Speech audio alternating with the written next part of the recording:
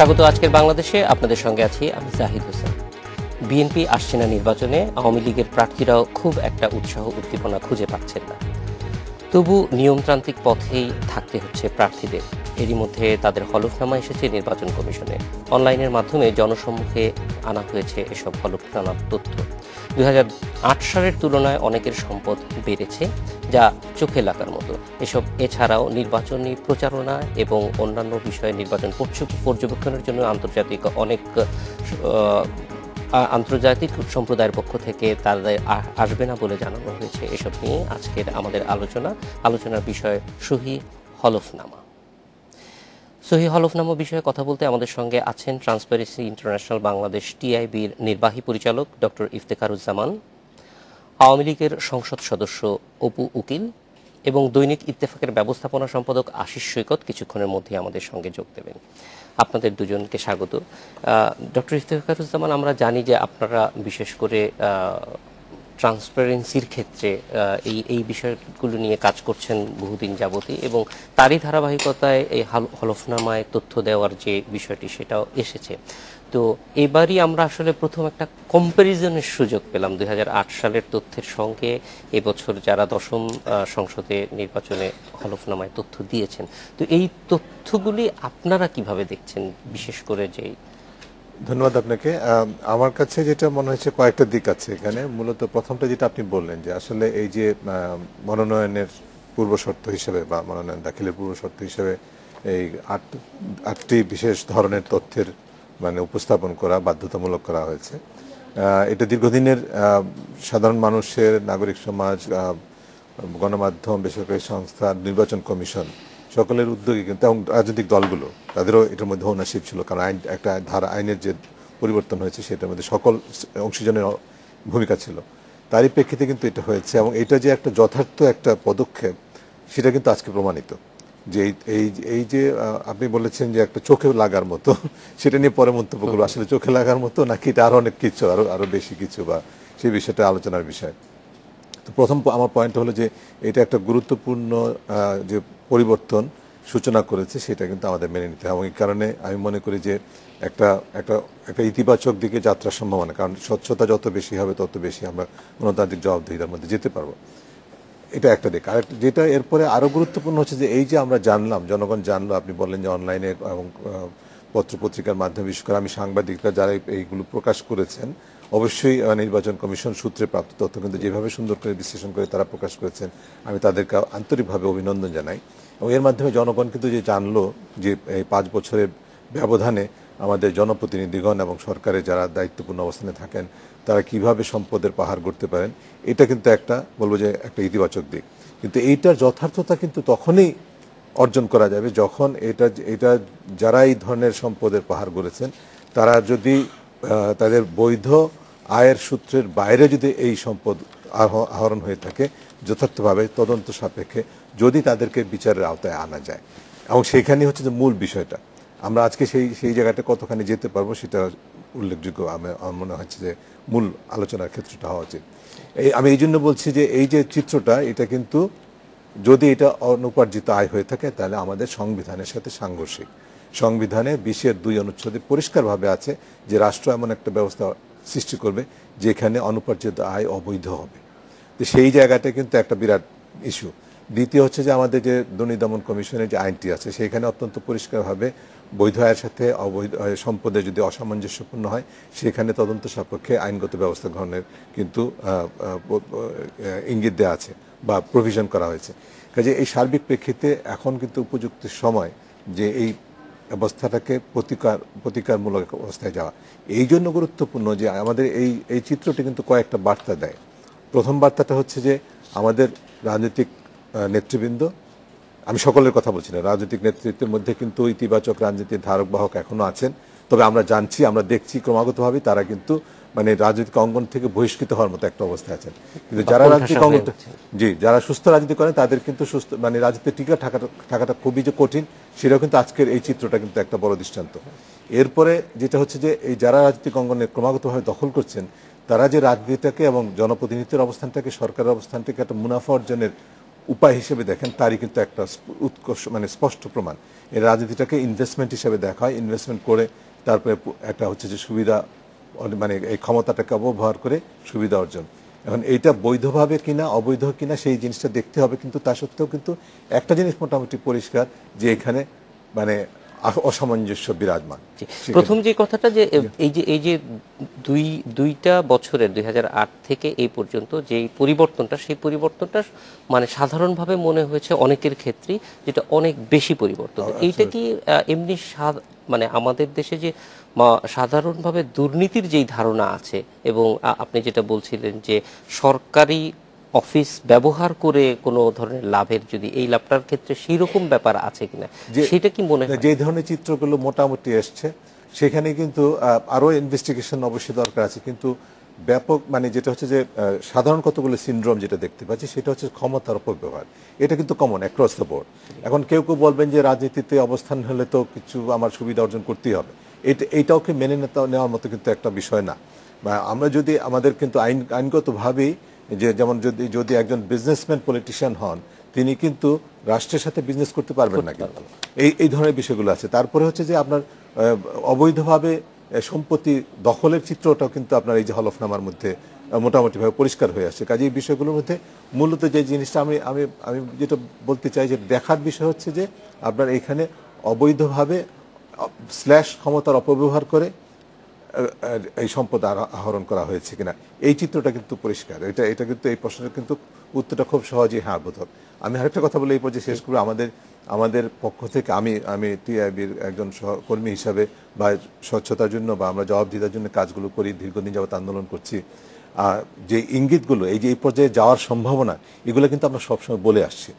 আমরা একটা গবেষণা সম্প্রতি করেছিলাম যে এখানে মাননীয় সংসদ সদস্যদের যে মানে কর্মকাণ্ড সেটার একটা বিশ্লেষণ করার চেষ্টা করেছিলাম।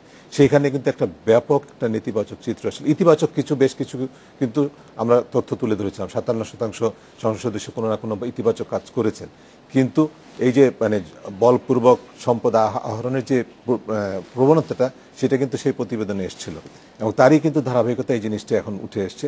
কিন্তু যেটা আমি যে পয়েন্টটা বলে শেষ করতে চাই সেটা হচ্ছে যে আমাদের কাছে অত্যন্ত হতাশাব্যঞ্জক মনে হয়েছে যখন দুর্নীতি দমন কমিশনের পক্ষ থেকে সাংবাদিকরা প্রশ্ন করেছিল যে এই ব্যাপারে তারা কোনো পদক্ষেপ নেবেন কিনা, তখন কিন্তু তারা বিষয়টাকে এত নিজেদেরকে হেওয়া প্রতিপন্ন করেছেন, বলেছেন যে নির্বাচনী পরিবেশ নষ্ট হয়ে যেতে পারে সেই কারণে তারা এই সঙ্গে কোনো পদক্ষেপ গ্রহণ করবেন না। তাহলে আমি শুরুতে যেটা বলেছিলাম এই যে অর্জনটা যদি আমি উইদিন কোটেশন বলছি, অর্জনটা যদি যথার্থতার মধ্যে নিয়ে যেতে হয় তাহলে আমাদের যে দুর্নীতি দমন কমিশন যদি এরকম একটা অবস্থান নেয় তাহলে সেই যথার্থতা কিন্তু আমরা কখনো অর্জন করতে পারবো না।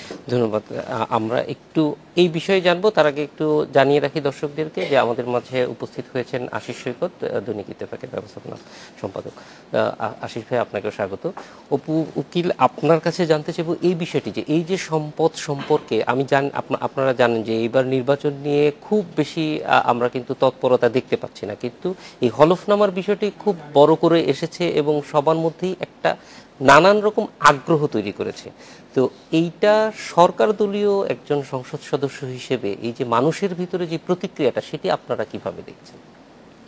এটা তো আমি বলবো যে এই সরকারের যে ডিজিটাল বাংলাদেশ করবার যে প্রতিজ্ঞা ছিল বা করবার যে চিন্তা চেতনা ছিল, সে কারণে আজকে ওয়েবসাইটে সংসদ সদস্যরা তাদের হলফনামা দিচ্ছে, সেখান থেকে গোটা জাতি গোটা বিশ্ব তাদের স্বচ্ছতার বিষয়গুলো জানতে পারছে।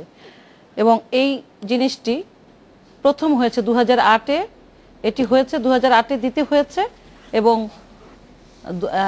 2013-তে আবার 5 বছর পরে দিতে হচ্ছে।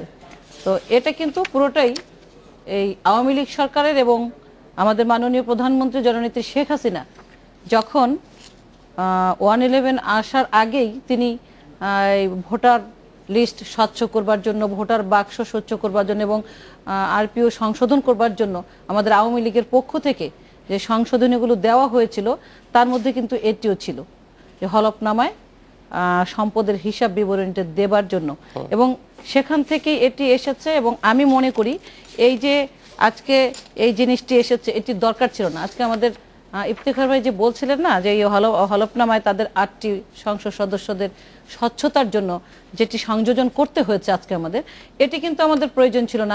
আমি একটু যদি পেছনে যাই তাহলে আমার মনে হয় এটি আজকে আমাদের করবার দরকার ছিল না। আজকে কিন্তু আমাদের এই সরকার যে উন্নয়নের কথা যে আমরা বলি যে উন্নয়নই শুধু করেছে তা কিন্তু না, বিভিন্ন ক্ষেত্রে কিন্তু সংস্কার করেছে।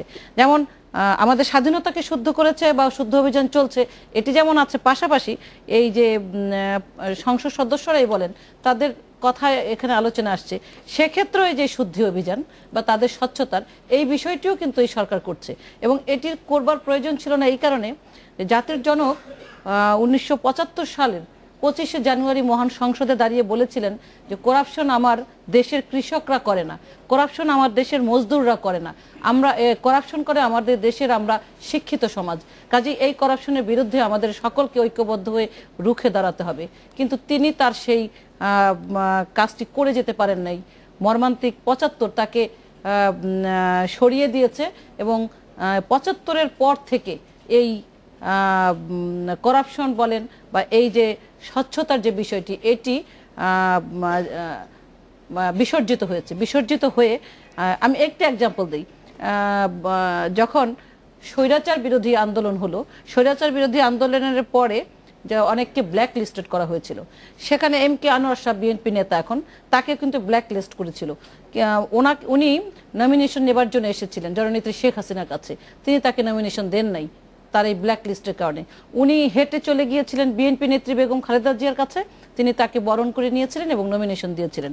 এবং সবচেয়ে বড় কথা যেটি আমার মনে হচ্ছে যে 75-এর পরে মানি ইজ নো প্রবলেম, এই যে স্লোগান, এই স্লোগানকে ধারণ করে যারা বাংলাদেশকে বিনির্মাণ করতে চেয়েছে, জেনারেল জিয়াউর রহমান এই তত্ত্বের উপর ভিত্তি করে সেদিন যে নেতা কিনেছিল, ব্যাংক ঋণ দিয়ে, ঋণ খেলাপি বানিয়ে এবং টাকা দিয়ে নেতা তৈরি করে, দল তৈরি করে, কিন্তু সেগুলি তো মানে অবশ্যই সেগুলি অ্যাড্রেস করা হয়েছে এবং এই জন্যই মানুষ আওয়ামী লীগকে গতবার পেছনে যেতে হবে। পেছনে না আমাদের পেছনে অবশ্যই যাব, একটু পেছনে, খুব বেশি অতীতে না, অল্প একটু অতীতে যেতে চাই। যে গত 2008 সালে যখন যেই ইশতেহারটা আওয়ামী লীগের ছিল, সেখানে বলা হয়েছিল যে প্রতি বছরেই মন্ত্রী, এমপি, সংসদ সদস্যরা এই তালিকাটা দিবে। তাহলে আজকে আমাদেরকে হয়তো এতটা মানে এতটা মনে হতো না যে এত বড় সম্পদের সেটা কি মনে হয় যে এই যে এটা যদি প্রতি বছর দেওয়া যেত তাহলে? না, আমি আপনাকে ক্লিয়ার করছি এই বিষয়টা। আমাদের লতে কিন্তু বলা হয় নাই যে প্রতি বছরে একজন সংসদ সদস্য তিনি যদি ব্যবসা করেন, ব্যবসা করে তিনি আয় করতে পারবেন না, এটা কিন্তু লতে বলা হয়নি। তিনি বৈধভাবে আয় করতেই পারেন এবং প্রতি বছরই একজন সংসদ সদস্য তার ইনকাম ট্যাক্স ফাইলে এটি সংযোজন করেছে, প্রতি বছরই করেছে। এখন ওয়েবসাইটে বা হলফনামাটা রিটার্নিং অফিসারের কাছে দাখিল করেছে হয়তো 5 বছরের পরে, এটা দাখিল করতে সেখানে বলা হয়েছে বলে, এর আগে দাখিল করে নাই, ওয়েবসাইটে আসে নাই। কিন্তু একজন সংসদ সদস্য কিন্তু প্রতি বছরেই সেটি করেছে, প্রতি বছরই ইনকাম ট্যাক্সে তার সম্পদ বিবরণীটি দিয়েছে। এখন অনেকের সম্পদ হয়েছে, একজন জনপ্রতিনিধি তিনি তার রাজনীতি কর্মকাণ্ড করবার জন্য, আপনি তো আমাকে পেছনের কথা বলতে দিলেন না যে একজন রাজনৈতিক নেতার, একজন সংসদ সদস্যের আজকে টাকার প্রয়োজন হয় রাজনীতি করবার জন্য, সেটি কেন প্রয়োজন হয়? সেই পথটি কিন্তু বাতলে দিয়েছে আমাদের পেছনের কলঙ্কযুক্ত রাজনৈতিক ইতিহাস। এই যে আজকে ব্ল্যাক মানি হোয়াইট করার যে টেন্ডেন্সি, এটি যে করছে, ব্ল্যাক মানি বানাবার যে মহা উৎসব, এটি কেমন করে এসেছে? সেখানে তো আমাকে যেতে হবে। আমাদের মাননীয় বিরোধী দলীয় নেত্রী উনি ব্ল্যাক মানি হোয়াইট করেছেন, এখন এই ধারাবাহিকতা অনেকেই করছে। সেই ধারাবাহিকতাটাকে বন্ধ করবার জন্য আমার আজকে ইফতেখার ভাইরা যে কথা বলছেন, এখানে বলছেন, আমরা তাকে ধন্যবাদ জানাই, কিন্তু তখন কিন্তু কেউ কথা বলে নাই। এই টিআইবি তখন কিন্তু জেনারেল জিয়াউর রহমানকে সহযোগিতা করেছে, তার উপদেষ্টাও ছিলেন। আমি তো ইফতেখার ভাই সামনে বলছি, তখন যদি তারা, আজকে ইফতেখার ভাইকে ধন্যবাদ জানান যে উনি যে সোচ্চার হয়েছেন, তখন যদি ওনাদের সেই উপদেষ্টা সোচ্চার হতেন তাহলে হয়তো আরো আগেই আমাদের এগুলো বন্ধ হয়ে যেত। এখন আপনি যে ধন্যবাদ জানান যে উনি যে সোচ্চার হয়েছেন, তখন যদি ওনাদের সেই উপদেষ্টা সোচ্চার হতেন তাহলে হয়তো আরো আগেই আমাদের এগুলো বন্ধ হয়ে যেত। এখন আপনি যে বলছেন যে সোর্স অফ ইনকাম, এটি যদি ঠিক থাকে, এটি ইফতেখার ভাইও বলেছে যে ওনাদের বৈধভাবে ইনকামটা আছে কিনা, যারা উপার্জনটি করেছে। এখন সোর্স অফ ইনকামটা কিন্তু ওখানে দিতে হয়। আমি যখন ফাইলে আমি আমার উচ্চ টাকাটা আমি দেব যে এই টাকাটা আমার আছে, আমি আর্ন করেছি, কোত্থেকে আমি আর্ন করেছি সেটা কিন্তু অবশ্যই ওখানে দিতে হবে, সোর্স অফ ইনকাম। তো সেটা দিয়ে একজন সংসদ সদস্য 5 বছরে তার সম্পদ যদি বেড়ে থাকে, আমি তো মনে করি যে সেটাকে নিয়ে যেভাবে সমালোচনা হচ্ছে এটা, এবং দেখবেন যে কিছু কিছু জায়গায় কিছু কিছু পত্রিকাও আমি বলবো শুধুমাত্র আওয়ামী লীগ দলীয় সংসদ সদস্যটা আসছে, সেখানে একটা তুলনামূলক ধারাবাহিকতা দেন। আরো যারা নির্বাচনে আসছে তাদেরও হলফনামা আসছে, আমি আরেকটু শেষ করছি। তো এই যে মানে একটু পক্ষপাতমূলক যে আচরণ, এবং আরেকটি বিষয় এখানে আনা দরকার, আপনি দেখবেন যে আমাদের জননেত্রী শেখ হাসিনা তিনি যে হলফনামা দিয়েছেন, সেখানে আমাদের যারা আছেন, আজকে ইফতিখার ভাই যদি এই আলোচনায় এই কথাটি বলতেন যে উনি বলেছেন যে কিছু কিছু নেতারা আছেন, কিছু কিছু সংসদ সদস্যরা আছেন যাদের স্বচ্ছতা আছে, উনি যদি এই কথাটি বলতেন যে বিশ্বের যত আরো আছেন, প্রধানমন্ত্রী লেভেলে আছেন, রাষ্ট্রপতি লেভেলে, তাদের হলফনামার চেয়ে আমাদের জননেত্রী শেখ হাসিনা যে হলফনামাটি দিয়েছেন, এটি বিশ্বের দরবারে বলা যায় যে বাংলাদেশের প্রধানমন্ত্রী তার যে কতটা স্বচ্ছ হলফনামা, কিংবা জেনারেল সেক্রেটারি সৈয়দ আশরাফ তার স্বচ্ছ হলফনামাটা যে কি দিয়েছেন সেটি বিশ্ব দরবারে আমরা উপস্থাপন করতে পারি, এই কথাটি কিন্তু কেউ বলেন না। অবশ্যই এর ভিতরে আমরাও বলছি যে অবশ্যই অনেক ভালো জিনিস আছে, কিন্তু আমরা জানতে চাচ্ছি যে এটা নতুন করে হচ্ছে, যার কারণে এটা ভালো এবং খারাপ দুটোই আসবে। কিন্তু আশিস ভাই, আমরা একটা বিরতিতে যাব, কিন্তু বিরতিতে এসে জানতে চাইবো এই যে অপু উকিল যেটা বললো যে সাংবাদিকরা শুধু এক চোখা ভাবেই দেখছে, এইটি আসলে কতটুকু সত্য, অথবা সাংবাদিকরা না, কিছু কিছু মিডিয়া আছেন যারা। দর্শক, আমরা একটা ছোট্ট বিরতিতে যাচ্ছি, ফিরছি একটু পরে।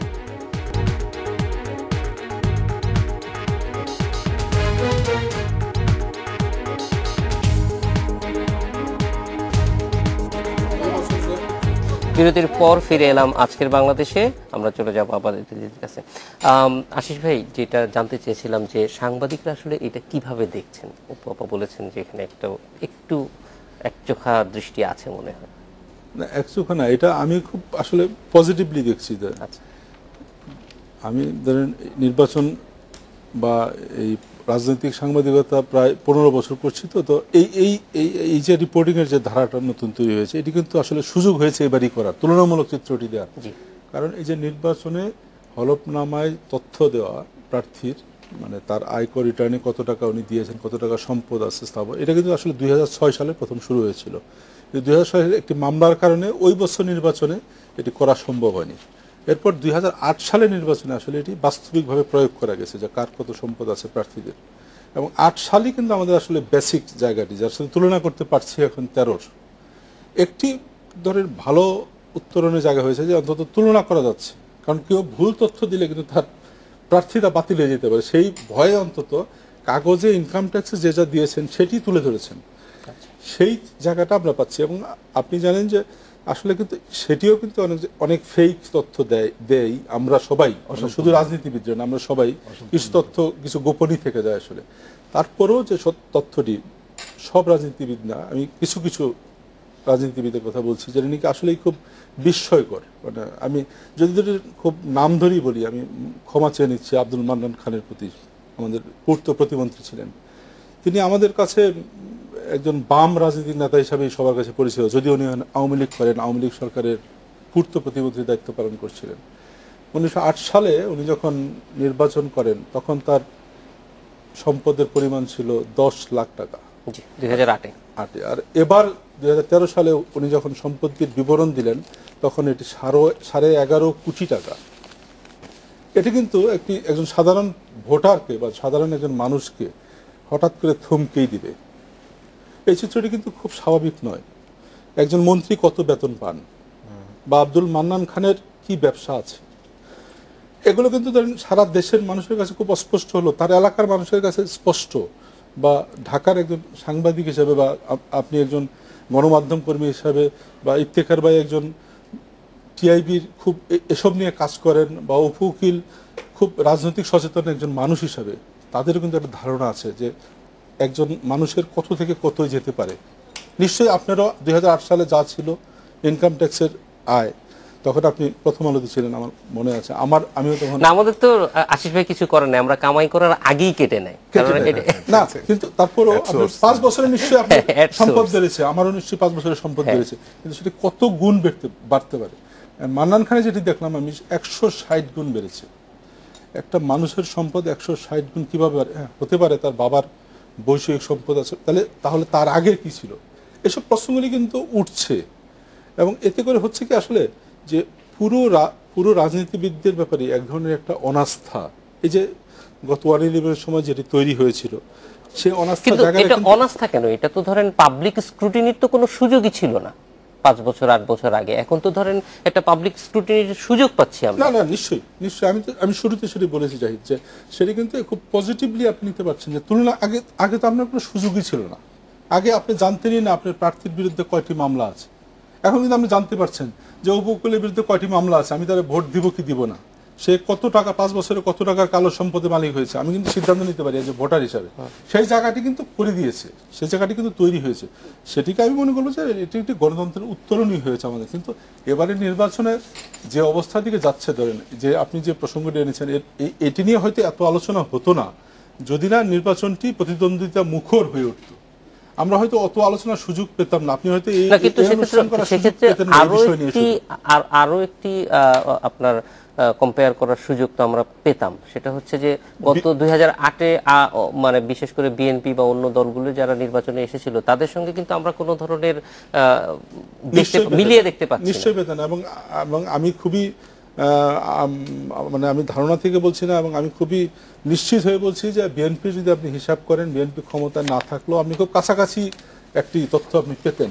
কিন্তু তখন আপনাকে ব্যস্ত থাকতে হতো, বা আমাদের ব্যস্ত থাকতে হতো আসলে কোন আসনে কোন প্রার্থীর অবস্থা কি, হাড্ডাহাড্ডি লড়াই হচ্ছে কোথায়। এখন কিন্তু একটা বিএনপি যেহেতু প্রধান বিরোধী দল নির্বাচনে নেই, তারা যত কম সংখ্যকই এই সংসদে থাকুক, কিন্তু তাদের ভোটের হিসাবে যদি আপনি দেখেন যে তাদের 30 থেকে 35-32% ভোট তারা প্রতিনিধিত্ব করছেন, তারা যেহেতু নির্বাচনে নেই, সেখানে মূল প্রতিদ্বন্দ্বিতা না থাকায় এখন আপনার চোখের সামনে আসছে এসব বিষয়গুলো।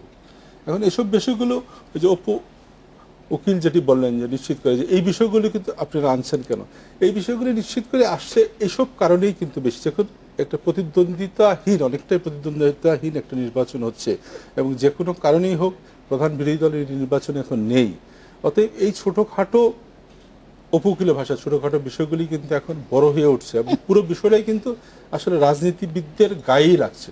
এটিকে এড়ানোর সুযোগ কিন্তু আসলে খুব কম। এবং ইফতেখার ভাইয়ের মতো যারা, টিআইবির মতো প্রতিষ্ঠান যারা এসব নিয়ে গবেষণা করেন, যারা এসব নিয়ে কাজ করেন, তাদের কিন্তু সুশাসনের কথা বলতে হলে এসব কথা বলতেই হবে, যে একজন লোক 10 লাখ টাকা থেকে 5 বছরে কিভাবে 11 কোটি টাকার মালিক হয়, এবং তিনি কিভাবে আমাদের প্রতিনিধিত্ব করবেন, এই প্রশ্ন কিন্তু থেকেই যাবে। কারণ আপনি জানেন যে আমেরিকার প্রেসিডেন্ট, সাবেক একজন প্রেসিডেন্ট, তিনি তার কেলেঙ্কারি নিয়ে যত না বেশি অভিযুক্ত ছিলেন মার্কিনীদের কাছে, তার চেয়ে বেশি অভিযুক্ত ছিলেন তিনি একটি মিথ্যা কথা বলেছিলেন সেটি নিয়ে, যে মার্কিনীরা চাননি যে তাদের প্রেসিডেন্ট একটি মিথ্যা কথা বলবেন, এটা মার্কিনীরা মানতে পারেননি। তার প্রেসিডেন্ট একজনের সাথে প্রেম করতে পারেন, দুর্নীতি করতে পারেন, কিন্তু মিথ্যা কথা বলবেন এটা মার্কিনীরা মানতে পারেনি।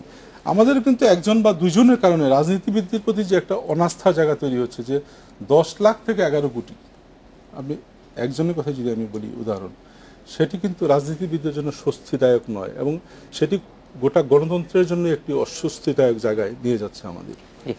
ইফতিখার ভাই, আমি যে জায়গাটিতে আগে ছিলাম আমরা আপনার কাছ থেকে আরেকটু জানতে চাইবো, যে দুদক বলেছে যে তারা এই মুহূর্তে নির্বাচন সামনে থাকার কারণে এটি কোনো ধরনের তারা তদন্ত প্রক্রিয়ায় যাবে না। তো এইটা কি মনে হয় যে নির্বাচনের পরেও সুযোগ আছে কিনা, বা এই ক্ষেত্রে আপনারা? এই সুযোগ তো সবসময় আছে, এবং এটা আমি মনে করি। তবে যে অবস্থানটা আমি আগে বলেছি, এবং এটা আমরা আমাদের প্রাতিষ্ঠানিকভাবে প্রতিক্রিয়াটা জানিয়েছি দুদকের এই অবস্থানটা, আমার কাছে মনে হয়েছে আসলে একদিক থেকে তাদের দৃঢ়তার অভাব, নেতৃত্বের প্রয়োজনীয় গুণাবলীর অভাব, পেশাদারিত্বের অভাব প্রতিফলন করছে। অন্যদিক থেকে কোনো ধরনের চাপ আছে কিনা, বা সরকারের একটা বি টিমের ভূমিকা পালন করছে কিনা, এই প্রশ্নটা ওঠা খুবই স্বাভাবিক। আমি মনে করি উল্টাটা দুদক করতে পারতো অবস্থানটা, যে তারা যদি এটাকে একটা সুযোগ হিসাবে নিয়ে অন্তত কিছু কিছু ক্ষেত্রে হলো, যেগুলো মানে খুব এক্সট্রিমলি ডিসপ্রপোর্শনেট, এরকম ক্ষেত্রগুলোতে যদি তারা কয়েকটি বিষয়ে তদন্ত শুরু করতো, এবং জনগণের কাছে আস্থা যে তাদের যেটা আছে দুদক সম্পর্কে যে আস্থাহীনতা, আস্থার ঘাটতি, সেটা কিন্তু পূরণ করার একটা সুযোগ ছিল এবং সেই সুযোগটা এখনো আছে। আমি আশা করবো দুদক সেই অবস্থান থেকে সরে আসবে, এটা একটা জিনিস। থ্যাংক ইউ আপনি এটা বলার জন্য। আমি সংসদ সদস্য অপু উকিল কয়েকটা কথা বলেছেন, আমি একটু যদি একটু প্রত্যেককে সামান্য 2-1 লাইনে যদি বলতে পারি, সেটা হচ্ছে যে সময়টার কথা তিনি বলেছেন যে politics will be made difficult, money is no problem, সেই সময় কিন্তু টিআইবির জন্ম হয় নাই। টিআইবি 1996 সালে প্রতিষ্ঠিত, কাজেই তার আগেকার ইতিহাস এগুলো, সেটা একটা বিষয়। আর দ্বিতীয় হচ্ছে যে মাননীয় প্রধানমন্ত্রীর কথা তিনি বলেছেন, আমরা প্রাতিষ্ঠানিকভাবে কোনো ব্যক্তির সম্পর্কে কোনো আমরা অনুসন্ধান করি না, ব্যক্তি সম্পর্কে কোনো গবেষণা করি না, সেটা আমাদের প্রাতিষ্ঠানিক নীতিমালার মধ্যে নাই, আমরা এটাকে আমাদেরকে মেনে চলতে হয়। কাজেই সেই ক্ষেত্রে ভালো হোক মন্দ হোক, সেইখানেও আমাদের কোনো আমরা অনুসন্ধান করি না, ব্যক্তি সম্পর্কে কোনো গবেষণা করি না, সেটা আমাদের প্রাতিষ্ঠানিক নীতিমালার মধ্যে নাই, আমরা এটাকে আমাদেরকে মেনে চলতে হয়। কাজেই সেই ক্ষেত্রে ভালো হোক মন্দ হোক, সেইখানেও আমাদের, তবে যদি কোনো দৃষ্টান্ত থাকে ইতিবাচক, সেটাকে আমরা সবসময় অ্যাপ্লড করি। এবং মানে প্রধানমন্ত্রীর চিত্রটা যেটা এসছে সেটা যদি প্রশংসনীয় হয়, তাহলে অবশ্যই আমরা তার সাথে গর্বিত বোধ করবো অবশ্যই। আরেকটা জিনিস আমি বলছি যে মানে সংসদ সদস্য অপু উকিল যেটা বলেছেন যে আমাদের জাতির পিতা কথা বলা হয়েছে, আমি খুবই সন্তুষ্ট হয়েছি কথাটা তিনি নিয়ে আসছেন। আপনি বলেছিলেন ইতিহাসে বেশি না যাওয়ার জন্য, সুযোগ নেই, তবে যেহেতু জাতির পিতার কথাটা বলা হয়েছে, আমি আরেকটু কথা বলতে চাই। আমাদের বঙ্গবন্ধু 75-এর স্বাধীনতা দিবসে, এবং এই কথাটা আমি অনেক লিখেছি, আমি আওয়ামী লীগের সম্মানিত নেতৃত্বের কাছ থেকে কোনো মানে খুব প্রতিক্রিয়া পাইনি, এটাকে ব্যবহার করার যে মানসিকতা সেটা পাইনি। 75-এর স্বাধীনতা দিবসে তিনি একটা বক্তৃতা দিয়েছিলেন, সেই বক্তৃতার রেকর্ডটি আমাদের কাছে আছে। তিনি বলেছিলেন যে প্রত্যেক ঘরে ঘরে দুর্গ গড়ে তুলতে হবে, এই আহ্বান আমি 71-এ জানিয়েছিলাম, আজকে আবার নতুন করে আহ্বান জানাচ্ছি, বাংলাদেশে প্রত্যেক ঘরে ঘরে দুর্গ গড়ে তুলতে হবে দুর্নীতির বিরুদ্ধে। তারপরে বলেছিলেন গুরুত্বপূর্ণ একটা কথা, সেটা তিনি বলেছিলেন যে আমি আইন করব, কাউকে ছাড় দেব না। হ্যাঁ, তারপরে বলেছিলেন, খুব ইম্পর্টেন্ট, কিন্তু তার বলেছেন কিন্তু আমি একা পারবো না, জনগণকে বলেছিলেন যে আপনার দুর্নীতির বিরুদ্ধে মানে গণ আন্দোলন গড়ে তুলে দুর্নীতিকে বলবো যে অগ্রহণযোগ্য একটা উপাদান হিসাবে সমাজে প্রতিষ্ঠিত করতে হবে। আমি এই জন্য বলছি, আজকে যেই জায়গায় আমরা এসেছি রাজনৈতিক অঙ্গনে, আমাদের জাতির পিতা সেই সৌভাগ্য হয় নাই, তার জীবনটাকে কেটে দেওয়া হয়েছে, আমাদের দুর্ভাগ্য, জাতির দুর্ভাগ্য, তিনি সেই জায়গায় আর যেতে পারেন নাই, কিন্তু আমাদের তো সেই সুযোগটা ছিল। আজকে এই পর্যন্ত কোনো নেতাকে বলেছেন যে আমি আইন এমনভাবে করব যাতে দুর্নীতিকে নিয়ন্ত্রণ করা যায় কার্যকরভাবে, বরং উল্টোটা করছেন। এই সংসদে শেষ অধিবেশনে যে আইনটি করা হয়েছে দুদককে কেন্দ্র করে, যে ধারাটি আনা হয়েছে, সেটা কি দুর্নীতি নিয়ন্ত্রক নাকি দুর্নীতি সহায়ক? আমরা সকলেই জানি, আমার দর্শক নিশ্চয়ই জানে, যে সরকারের কোনো কর্মকর্তার বিরুদ্ধে পদক্ষেপ নিতে গেলে দুর্নীতি দমন কমিশনের পূর্ব অনুমতি লাগবে। সম্পূর্ণ অসাংবিধানিক, বৈষম্যমূলক এবং প্রতারণামূলক। এবং আমরা এই জন্য বলছি প্রতারণামূলক শব্দটা, আমি কনসিয়াসলি বলছি, তার কারণ হচ্ছে একটা দীর্ঘ ইতিহাস, সময় খুব নাই, আমি শুধু শেষ মুহূর্তেটার কথা বলবো। আমরা চেয়েছিলাম মাননীয় রাষ্ট্রপতি যেন সেই আইনটিতে স্বাক্ষর না করেন, তিনি যেন ফিরিয়ে দেন সংসদকে। সেই সুযোগটি পর্যন্ত রাষ্ট্রপতিকে দেওয়া হয়নি, রাতের অন্ধকারে 12:30টার সময় তার কাছ থেকে স্বাক্ষর নিয়ে আসা হয়েছে। সো এই যে আইন করব, সেই যে চেতনা, সেই চেতনার কোথায়? কাউকে ছাড় দেব না, সেই চেতনাটা কি এখনো আছে? আমরা যেটা করি সেটা হলো যে আমাকে বাদ দিয়ে বাকি সবাইকে ধরুন। এই যদি হয় অবস্থানটা, তাহলে এই যে আপনি যে বলেছেন যে পাবলিক স্ক্রুটিনি, খুব ইম্পর্টেন্ট একটা কথা বলেছেন, এই সুযোগটা আশিস যেটা বলেছে, এই যে গণমাধ্যম, ওয়েবসাইট, এটার মাধ্যমে এবং নির্বাচন কমিশনে বাধ্যতামূলক করা হয়েছে উপস্থাপন করা এই তথ্যগুলো, এটার মাধ্যমে পাবলিক স্ক্রুটিনির সুযোগ হয়েছে। কিন্তু পাবলিক স্ক্রুটিনিটা যথার্থতা করতে হলে কিন্তু যারা ক্ষমতায়, যাদের হাতে হাতিয়ার রয়েছে এটাকে প্রতিরোধ করার, যারা এটার জন্য দায়ী, তাদেরকে বিচারে কাঠ করে আনায়, তারা যদি নির্বিকার থাকেন, তারা যদি দুর্নীতি সহায়ক হন, তারা যদি মনে করেন যে এটা part of the life, part of my political culture, তাহলে কিন্তু এই মানুষ কিন্তু এটার থেকেও বিমুখ। রাজনীতি বিমুখতার কথা বলেছেন আশিস, খুবই ডেঞ্জারাস একটা সিগন্যাল, কিন্তু এই যে অর্জনটা, সেটার প্রতি বিমুখ হয়ে যাবে মানুষ, বলবে যে এটা কোনো দরকার নাই তোমার। ইতিহারে আমরা একটা ছোট্ট বিরতি নিয়ে আবার ফিরে আসবো উপকূলের কাছে। দর্শক, একটা ছোট্ট বিরতিতে যাচ্ছি।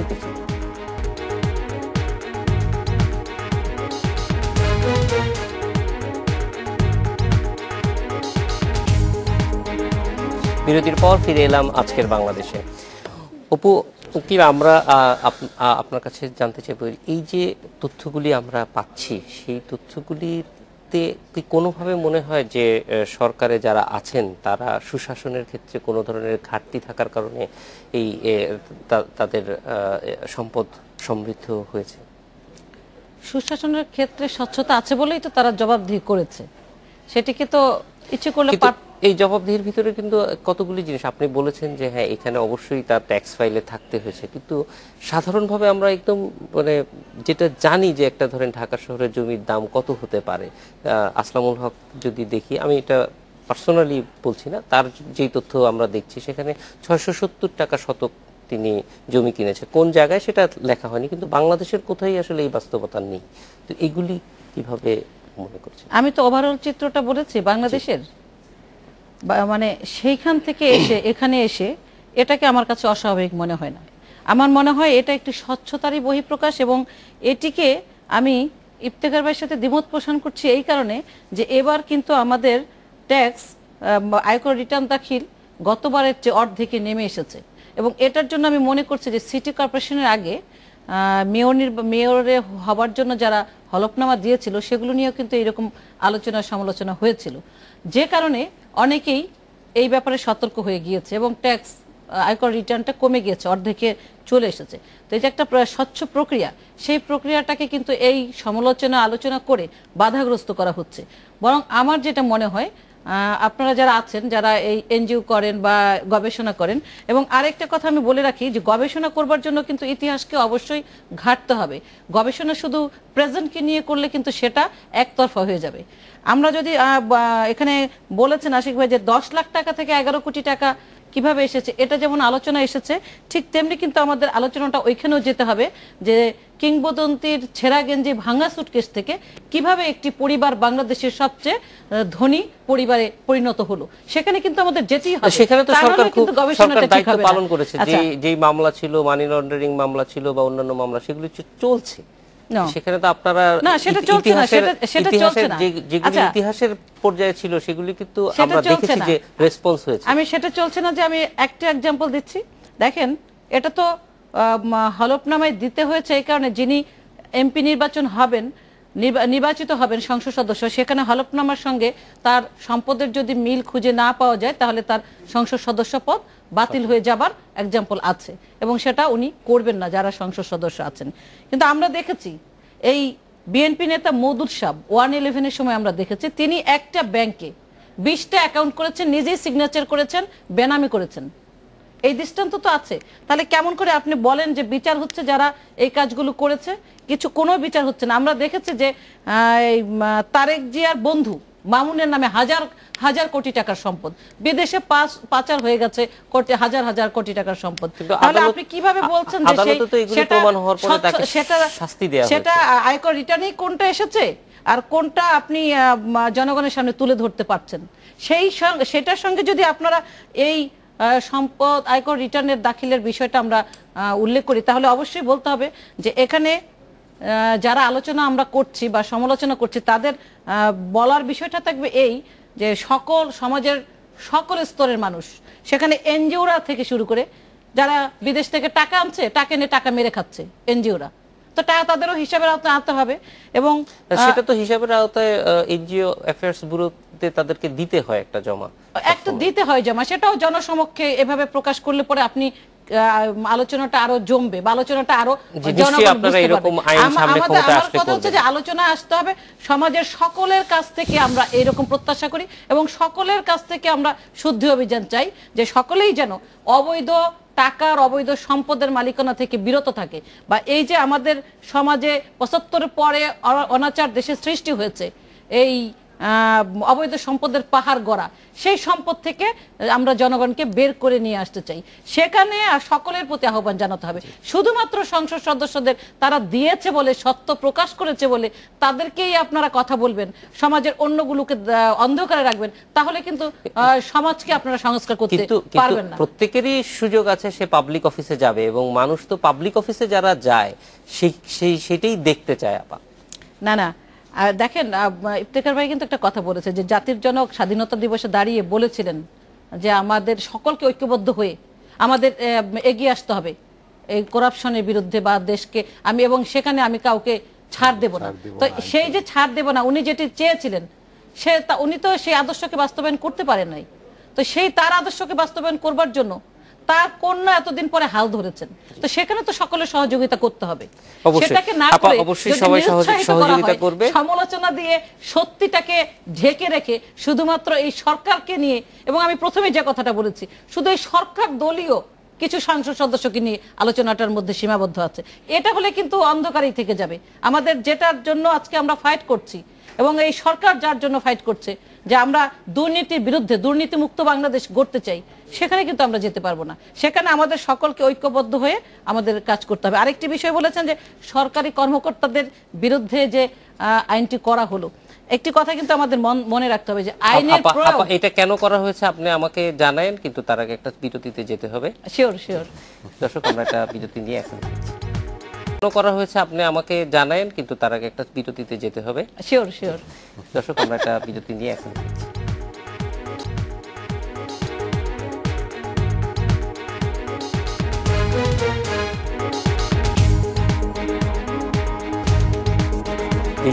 বিরতির পর ফিরে এলাম আজকের বাংলাদেশে।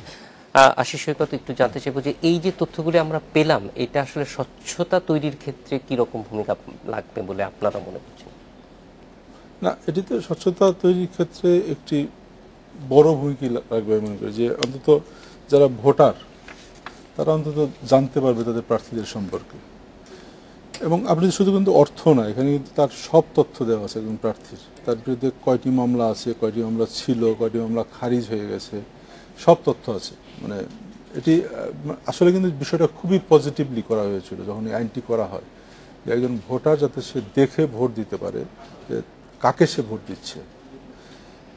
এখন আমরা যে তুলনামূলক চিত্র যেটা নিয়ে আমরা আসলে আলোচনা করছি বা সমালোচনা হচ্ছে গণমাধ্যমে, সেটি কিন্তু নেগেটিভলি না, আসলে কিন্তু জিনিসটা পজিটিভলি যদি আপনি দেখেন তাহলে কিন্তু ভালো। আমি মনে করি যে একজন প্রার্থীর আসলে তার ব্যবসা থাকতেই পারে, একজন রাজনীতি করেন দেখে উনি ব্যবসা করবেন না তা তো নয়, ব্যবসা করতে পারেন যদি উনি সঠিক তথ্যটি দেন বা সঠিকভাবে বলা থাকে, তাহলে কিন্তু হতেই পারে। অনেক রাজনৈতিক ব্যবসায়ী আছে, আপনি জানেন, আমরা জানি যে তার অন্য আয় থাকতেই পারে, তার থেকে উনি 10 কোটি টাকা আয় করতেই পারেন। কিন্তু প্রশ্ন ওঠে তখনই যখন একজন লোক, আমি দেখলাম একজন রঞ্জিত দাস, যে উনি গতবার 2008 সালে ওনার নিজের শুধু 1 লাখ টাকা ছিল সম্পদ, এবার ওনার সম্পদ খুব বাড়েনি, কিন্তু ওনার গৃহিণী বধূ, যার কোনো হাউসওয়াইফ, যার কোনো পেশা নাই, তার নামে ঢাকায় 2টি ফ্ল্যাট তৈরি হয়েছে, যার ব্যাংকে অনেক টাকা এফডিআর করা হয়েছে। তো এই প্রশ্নগুলো কিন্তু থেকেই যাবে, এবং এগুলোই কিন্তু মানে স্বচ্ছতার জায়গাটা মানুষকে সিদ্ধান্ত গ্রহণে সহায়তা করবে। নিশ্চয়ই মানুষকে সিদ্ধান্ত গ্রহণে সহায়তা করবে, নিশ্চয়ই, যে উনি কি করেছেন। এক ধরনের ভালো মানুষই মুখোশ হয়তো পড়ে আছেন একজন এমপি। আমি আওয়ামী লীগ বিএনপি কারো কথা বলছি না, এবং আপনি যদি দেখেন সব দলেই কিন্তু এরকম মানুষের সংখ্যা আছে, এবং এদের সংখ্যা কিন্তু খুব বেশি না। আপনি যদি দেখেন যে পত্রিকাগুলো যদি আপনি ঘুরে ফিরে দেখেন, 300 এমপির মধ্যে কিন্তু ঘুরে ফিরে নাম এসেছে 20 জন, 30 জন বা 40 জন, যাদের আয়টা অস্বাভাবিক। বাকি কিন্তু 230 বা 240, তাদের আয় নিয়ে কিন্তু প্রশ্ন ওঠে নাই, বা তাদের 5 বছরের উপার্জন নিয়ে কিন্তু প্রশ্ন ওঠে নাই। কিন্তু এই 40 জনের কারণেই গোটা পরিস্থিতিটা কিন্তু একটা বিব্রতকর, মানে রাজনীতিবিদদের জন্য একটা বিব্রতকর জায়গায় ঠেলে দিচ্ছে।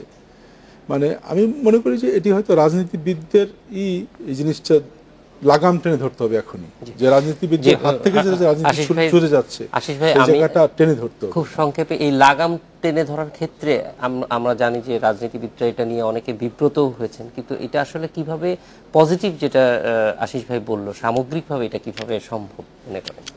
রাজনীতির মাঠে আজ কালোবাজারি, দুর্নীতিবাজ, জঙ্গি, সন্ত্রাসী, ঋণ খেলাপি এবং যুদ্ধাপরাধীদের তাণ্ডবের ডামাডোলে অরিজিনাল যে রাজনীতিবিদ, তারা মাঠে গিয়ে কুলকিনারা পান না, খেয়ে হারিয়ে ফেলেন এবং অনেক ক্ষেত্রে অসহায় বোধ করেন। এই ধরনের রাজনীতিবিদ কি আপনাদের দলেও আছে? এই যে অস্বাভাবিক টাকার যে যোগান দান, সেটা কিন্তু এটা একটা পয়েন্ট।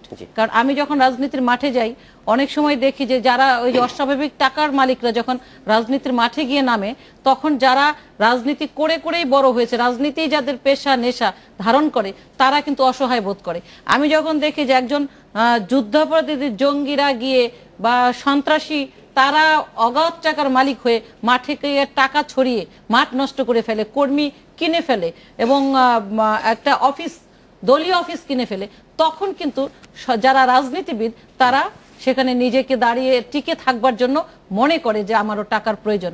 এই যে একটি আচরণ, এই কারণেও কিন্তু অনেকের টাকার নেশায় রাজনীতিবিদ, আগে যেমন আমাদের সেই আমরা উদাহরণ দেই যে তোফায়েল ভাই, রাজ্জাক ভাই বা আমাদের মহামান্য রাষ্ট্রপতি প্রয়াত জিল্লুর রহমান, এই যে রাজনীতিবিদরা সৃষ্টি হয়েছিলেন যে তারা তাদের কিছুই ছিল না, তারা অন্যের কাছ থেকে নিয়ে দল চালিয়েছেন। কিন্তু এখনের যে পরিস্থিতিটা, 75 পরে যে পরিস্থিতির সৃষ্টি হয়েছে, যে আজকে রাজনীতির মাঠে রাজনীতিবিদরা কোণঠাসা এবং অরাজনৈতিক ব্যক্তিবর্গ, যেটা জেনারেল জিয়াউর রহমান সৃষ্টি করেছিলেন, তাদের কাছে জিম্মি হয়ে গেছে। সেইখান থেকে ধন্যবাদ। আমরা একটু শেষ কথাটা শুনবো ইফতেখার ভাইয়ের কাছ থেকে, যে এই যে তথ্যগুলি আমরা পেয়েছি, যেটা বলেছিলেন এর সঙ্গে দুর্নীতির কোনো সম্পর্ক এবং এস্টাবলিশ করার কোনো সুযোগ আছে কিনা, এই যে তথ্যগুলি, এই তথ্যগুলি নিয়ে আসলে ভবিষ্যতে কি ধরনের উদ্যোগ নিলে পরে মনে হবে যে স্বচ্ছতা তৈরিতে? দুই ধরনের। একটা হচ্ছে যে আসলে যেটা আমি শুরুতে বলেছিলাম যে স্বচ্ছতার কথাটি বলা হচ্ছে, যে আসলে পাবলিক স্ক্রুটিনির সুযোগ সৃষ্টি হয়েছে, এটা যথার্থতা তখনই হবে যখন এই যে অসামঞ্জস্যপূর্ণ সম্পদ আহরণ, সেটা যদি অবৈধ উপায় হয়ে থাকে, তাহলে সেক্ষেত্রে বিচারিক প্রক্রিয়া, যথাযথ প্রক্রিয়ার মাধ্যমে তাদেরকে আইনের আওতায় নিয়ে আসা। একটা হলো যে নির্বাচনে ক্যান্ডিডেট হিসাবে তাদের যথার্থতা, সেটা জনগণ রায় দেবে, সেটা একটা জিনিস আছে। কিন্তু এটা তো একটা অবৈধভাবে অর্থ উপার্জন করা, সম্পদ উপার্জন করা হয়েছে, তাদেরকে সেই কারণে কিন্তু বিচারের কাঠগড়ায় নিয়ে আসতে হবে। আর দ্বিতীয় হচ্ছে যে আপনাদের তিনজনকে অনেক ধন্যবাদ আজকের আলোচনায় অংশ নেওয়ার জন্য। দর্শক, এই ছিল আজকের বাংলাদেশে। দেখা হবে আবার আগামীকাল।